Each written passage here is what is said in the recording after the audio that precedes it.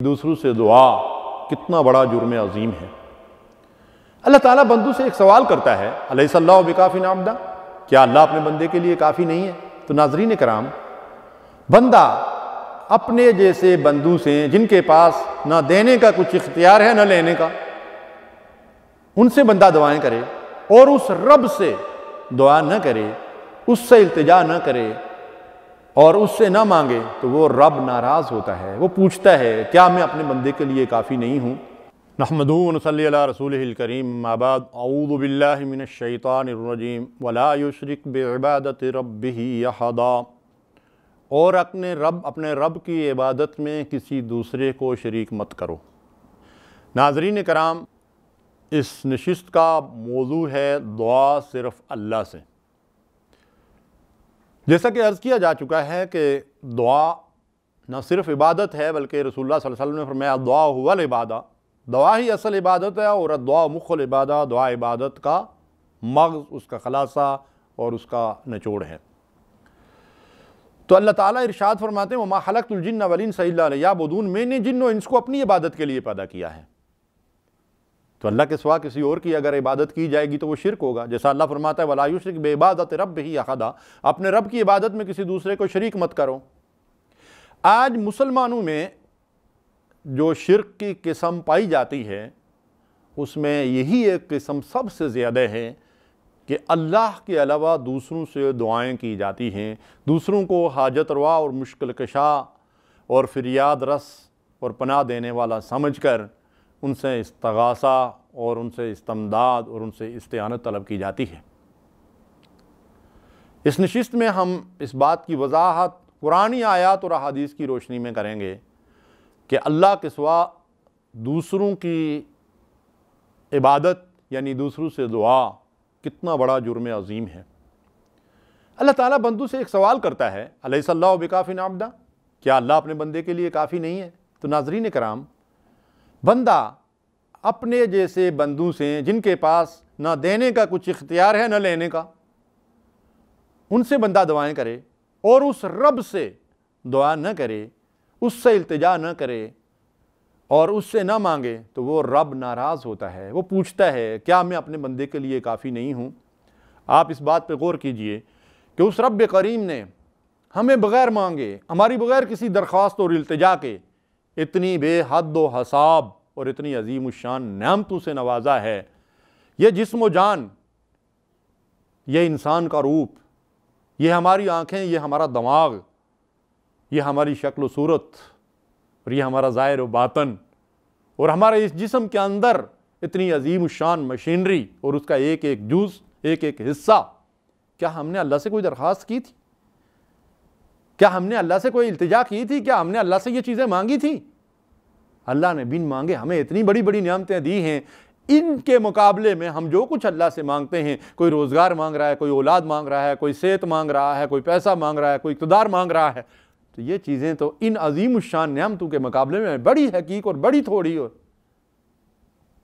تو جب اللہ نے بن مانگے اتنی نعمتوں سے نوازا ہے تو اللہ پوچھتا ہے الیس اللہ بکافٍ عبدہ، کیا اللہ اپنے بندے کو دینے کے لیے کافی نہیں ہے کہ وہ بندہ اللہ کے سوا دوسروں سے مانگتا ہے؟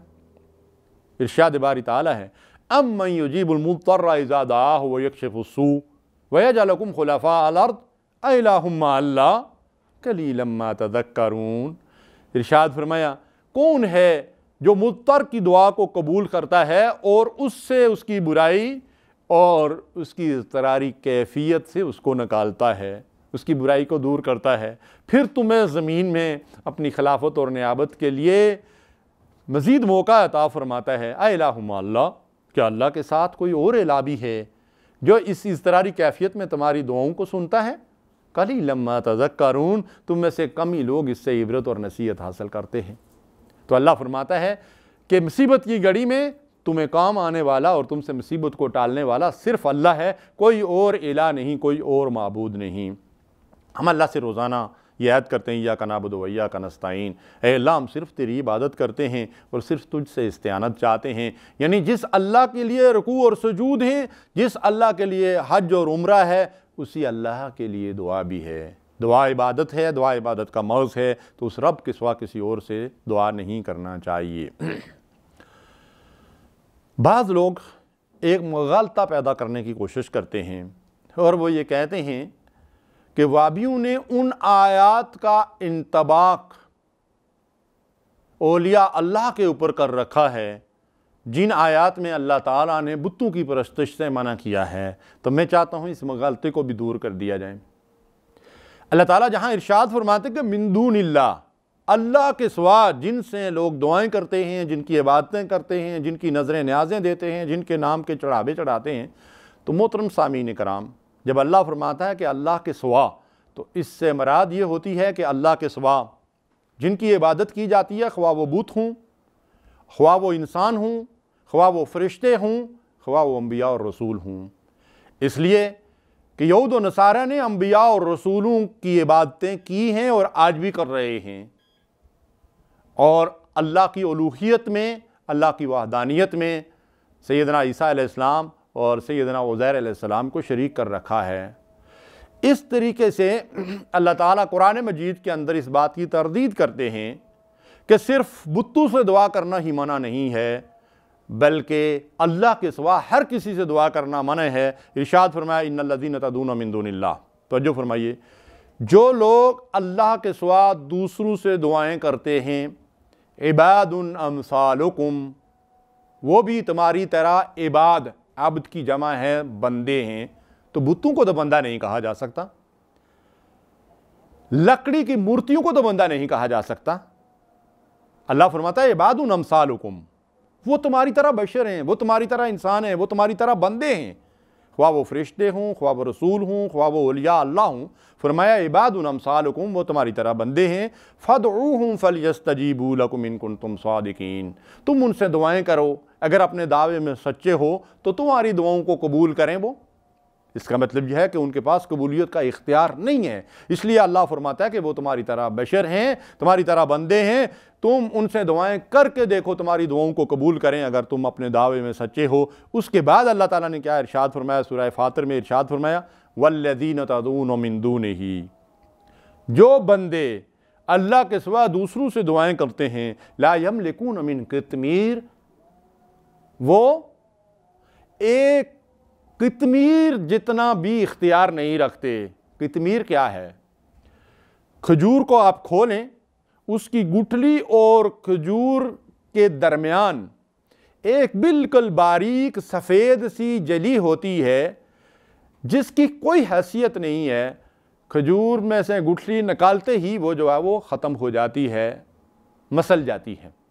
فرمایا کہ وہ جو جلی ہے سفید، اتنا بھی کسی کے پاس اختیار نہیں اللہ کے سوا کسی کی دعا کو قبول یا رد کرنے کا۔ ارشاد فرمایا ان تدعوہم لا يسمعوا دعاءکم، اگر تم ان سے دعا کرو، لا يسمعوا دعاءکم، وہ تمہاری دعا کو سن ہی نہیں سکتے، وہ منو مٹی کے نیچے پڑے ہوئے ہیں، اور سمیع و بصیر صرف اللہ کی ذات ہے۔ اگر کوئی کسی اور کو بھی سمیع و بصیر سمجھتا ہے کہ میں جہاں کہیں سے اس کو پکاروں اور بلاؤں وہ میری ندا کو سنتا ہے، تو وہ اللہ کی صفات کے اندر دوسروں کو شریک کر رہا ہے، اور اس کے ایسا کہنے سے حقیقت تبدیل نہیں ہوگی۔ اللہ کے سوا کوئی سمیع اور بصیر نہیں ہے۔ تو اللہ تعالیٰ ارشاد فرماتے ہیں ان تدعوہم لا يسمعوا دعاءکم، تم ان سے دعائیں کرو، وہ تمہاری دعا کو نہیں سنتے۔ وَلَوْ سَمِعُوا، اللہ فرماتا ہے کہ تم اگر فرض کر لو کہ وہ سن بھی لیں، مَسْتَجَابُوا لَكُمْ، تمہاری اس دعا کو قبولیت کا ان کے پاس کوئی اختیار نہیں ہے، وہ اس کو قبول کر ہی نہیں سکتے۔ وَيَوْمَ الْقِيَامَةِ يَكْفُرُونَ بِشِرْكِكُمْ، اور قیامت کے دن تمہارے شرک کا وہ انکار کر دیں گے۔ یہ پتھر کی مورتیاں شرک کا انکار کریں گی، یہ لکڑی کے کندے عبادت کا انکار کریں گے؟ نہیں محترم ناظرین کرام، جن انبیاء اور رسولوں کو اور جن صالحین کو لوگوں نے خدا سمجھ رکھا ہے، ان کے نفع نقصان کا مالک سمجھ رکھا ہے، وہ قیامت کے دن اللہ کی عدالت میں اس بات کا انکار کر دیں گے کہ تم ہماری پوجا کرتے تھے، ہم تو اس سے بے خبر تھے۔ وَلَا يُنَبِّئُكَ مِثْلُ خَبِيرٍ، اور اس باخبر کی طرح تمہیں کون خبردار کر سکتا ہے اللہ تعالیٰ کی طرح۔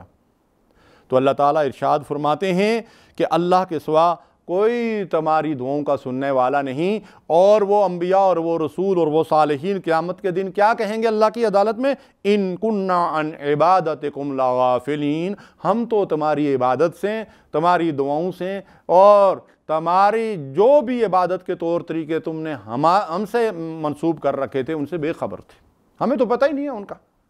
اور اس سلسلے میں ایک بڑا دلچسپ جو ہے وہ مکالمہ ہمیں قرآن مجید کے اندر ملتا ہے۔ سیدنا عیسیٰ علیہ السلام سے اللہ تعالیٰ جب یہ دریافت کریں گے کہ اے عیسیٰ، کیا تو نے لوگوں سے کہا تھا کہ لوگ تجھ سے دعائیں کریں اور تیری عبادت کریں اور تجھے خدا بنا لیں، تجھے الہ اور معبود اور نفع نقصان کا مالک بنا لیں؟ تو سیدنا عیسیٰ علیہ السلام کیا جواب دیتے ہیں؟ سیدنا عیسیٰ علیہ السلام فرماتے ہیں کہ وَكُنْتُ عَلَيْهِمْ شَهِيدًا مَا دُمْتُ فِيهِمْ، میرے اللہ جب تک میں ان کے درمیان موجود تھا تو میں ان پہ گواہ تھا، نگران تھا، نگہبان تھا، محافظ تھا۔